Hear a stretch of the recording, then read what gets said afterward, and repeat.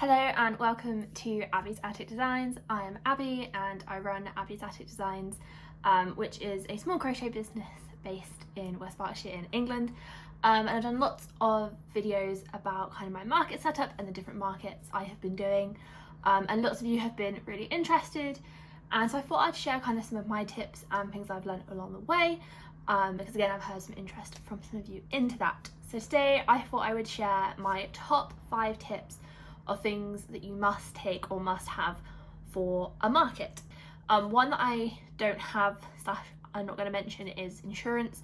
You definitely should have insurance, and even if you're not really doing markets, because it's really good just to cover you in general.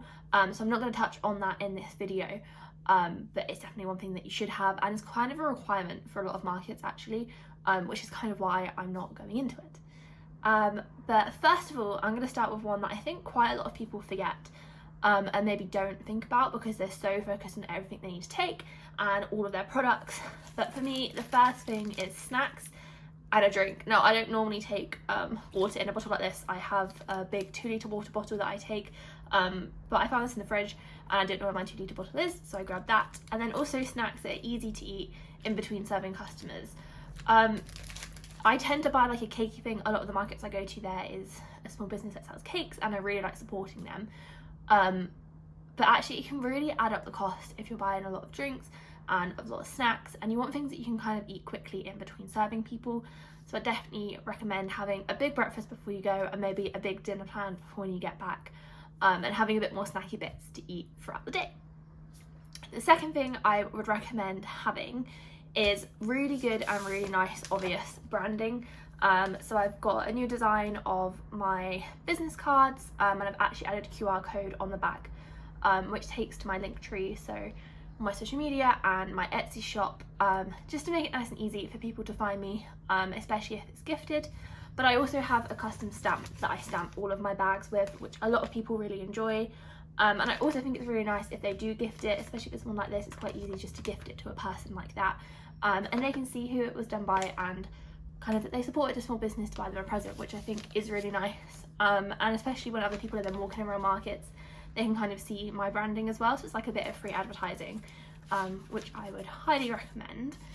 And that leads into my third thing, which is having table covers. So at the bottom here is a white tablecloth, and it's not actually a tablecloth, it's a double bed sheet I got from a local charity shop for I think about £4, £4. It's really thick, really good quality, really soft, doesn't get super creased because it's a bed sheet, and yeah, it's really thick, which is really good. A lot of tablecloths I have seen are really thin, and I just don't like the feel of some of them. I'm quite funny about the touch of things, so for me that worked out really well. And the other thing I have is actually a pink pillowcase. It's folded in half here, but I use this as a table runner, and then I printed on printable paper a reverse image of my logo and then ironed that on.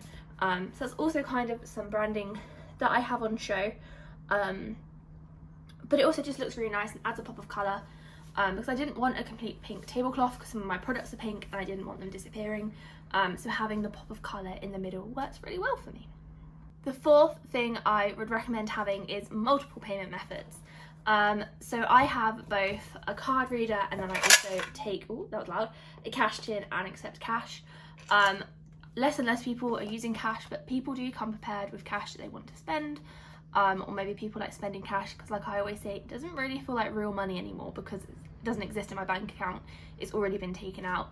But a lot of people do like to pay with card, and I always get asked, even though I have signs saying that I accept card, if I take card. And I have a Zettel reader too. I love this, it's really easy, there's a great app on my phone, and if anyone is interested, I would happily do a video like showing how I use it and how I have it set up, but this has definitely been a lifesaver, and I think most of my sales have been with a card reader.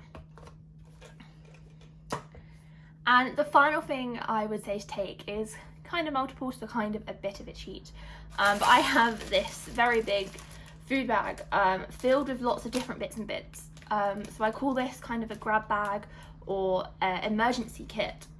So in here I have some raffia, which I use to wrap things if people ask for wrapping. I have some string in case I need to tie anything, I have some tape, I have some little cards I can write emergency pricing on, and some pens. And this has helped me so many times when I felt kind of like something needs changing pricing or something just doesn't quite look right. But also sometimes other people don't have it, and it's really nice to be able to go, actually I can help you with that, I have a pen you can borrow. And once before I shared a spare tablecloth that I had with another small business. So it's really nice to kind of have that sense of community, but it also means you're not panicking that you suddenly don't have anything. So I keep that packed, I don't take anything out of it. There is normally scissors in there, but I would just give them a bit of a wash because they're a bit sticky. But yeah, and I take that to all the markets that I go to, and it means more is prepared and I have everything. And I know this video definitely hasn't covered everything, but these are just 5 things that I thought of that are really important. And let me know what maybe your top 5 are, or one that you think I missed out that's really important in the comments below, so we can help each other. I will see you soon. Bye!